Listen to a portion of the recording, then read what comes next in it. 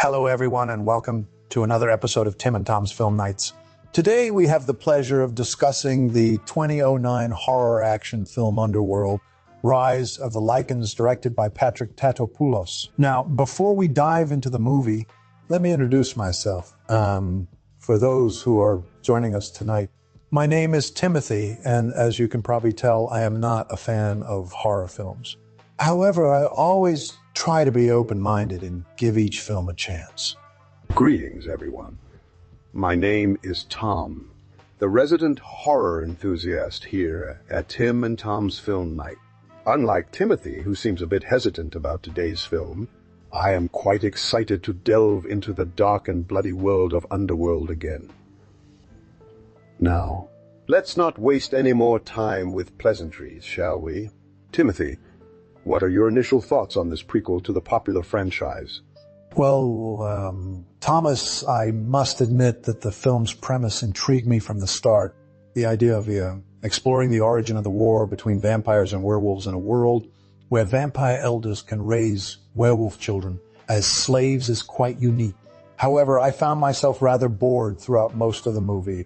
While there were some action sequences that kept me engaged overall, I felt like the storyline dragged on a bit too much without any significant plot twists or character development to keep my attention.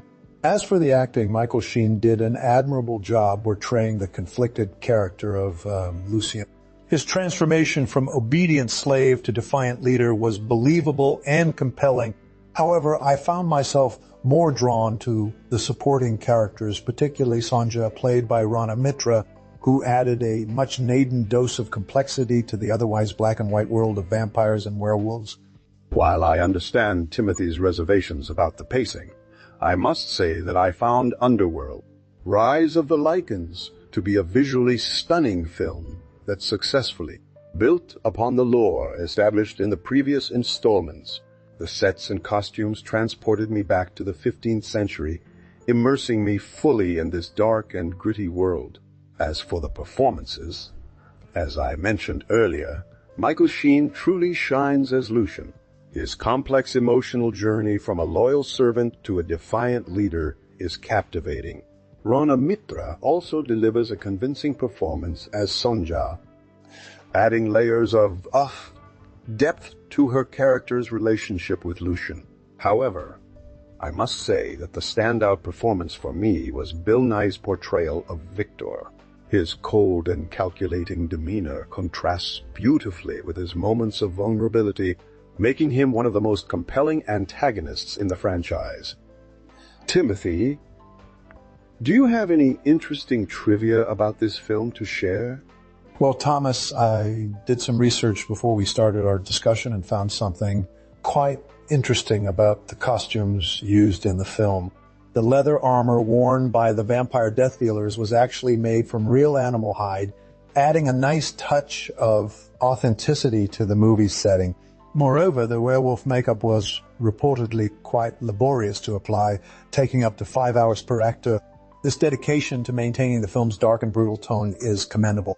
Additionally, the famous Rise Up Lycans battle scene took an incredible 4 weeks to shoot and involved over 1,000 extras, making it one of the most ambitious action sequences in the franchise's history. Now, Thomas, I want to ask you something about the original film and how this prequel ties into it.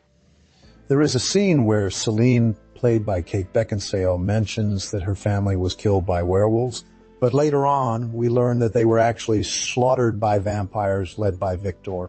Can you shed some light on this discrepancy and the possible implications it might have for future installments in the series? Ah, yes. The infamous Celine's family lie is indeed a key plot point that ties together all 3 films in the original Underworld trilogy. In the first film, Celine, played by Kate Beckinsale, believes her family was killed by werewolves, but as she uncovers more about her past and the centuries-long feud between vampires and Lycans, she learns that they were actually slaughtered by Viktor's army of vampire death dealers.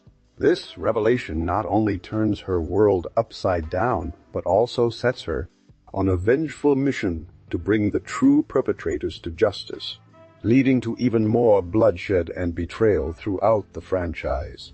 Now, let's compare this original version of events with how it plays out in Underworld, Rise of the Lycans.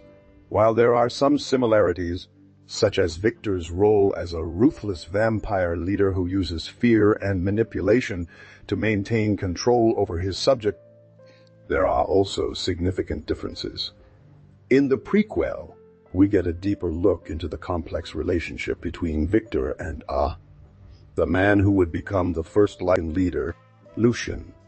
We witness how Viktor raised and trained him from childhood, grooming him as his ultimate weapon against the growing threat of the werewolf population. However, when Lucian falls in love with Viktor's daughter, Sonja, played by Rana Mitra, their forbidden romance sets off a chain of events that leads to betrayal, revenge, and ultimately, the first vampire-werewolf war. One interesting change from the original film is the role played by werewolves in Rise of the Lycans. Instead of being mindless beasts controlled by the full moon, they are portrayed as intelligent, capable of forming complex social structures and possessing their own sense of justice and morality.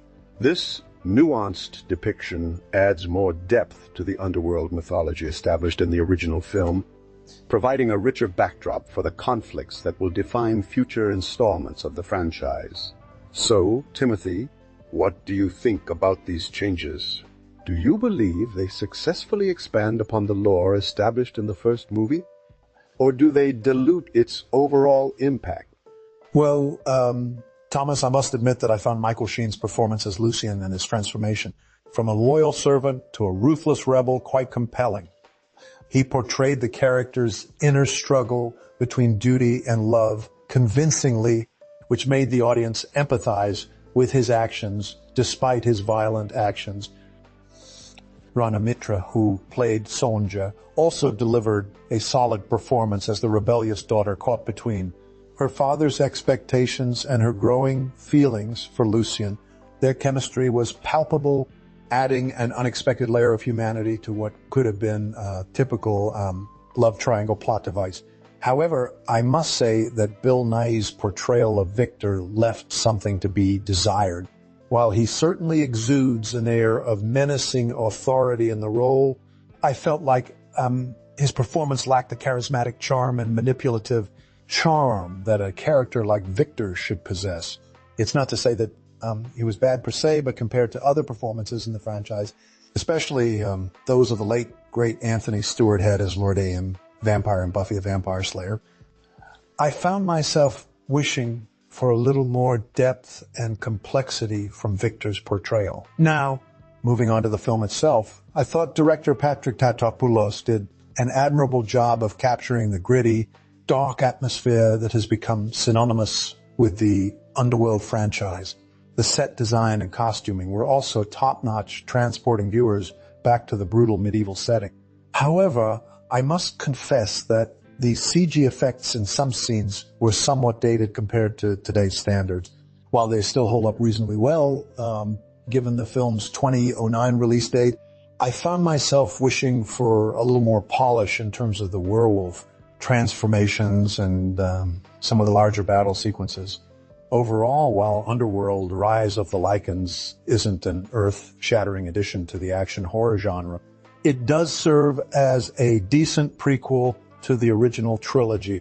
Its exploration of themes like loyalty, betrayal, and the pursuit of freedom will resonate with audiences who enjoy a good underdog story, even if it doesn't quite live up to the high bar set by its more iconic franchise siblings. So, Thomas, do you have any thoughts on how this film influenced future installments in the series or other action horror franchises? Well, Timothy, I must say that while Underworld, Rise of the Lycans may not have been a groundbreaking film in terms of its plot or special effects, it certainly left an indelible mark on the action horror genre. Its exploration of themes such as loyalty, betrayal, and the pursuit of freedom resonated with audiences inspiring countless imitators and sequels alike.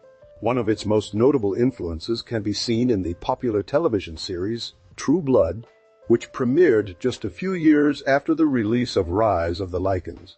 Like Underworld, True Blood also delves into the complex world of vampires and werewolves, but with a decidedly more adult twist.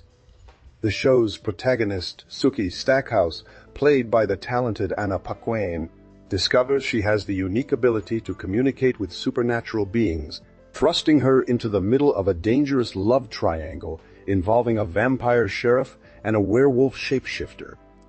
The series deftly explores themes of acceptance, discrimination, and the ever-present struggle between good and evil.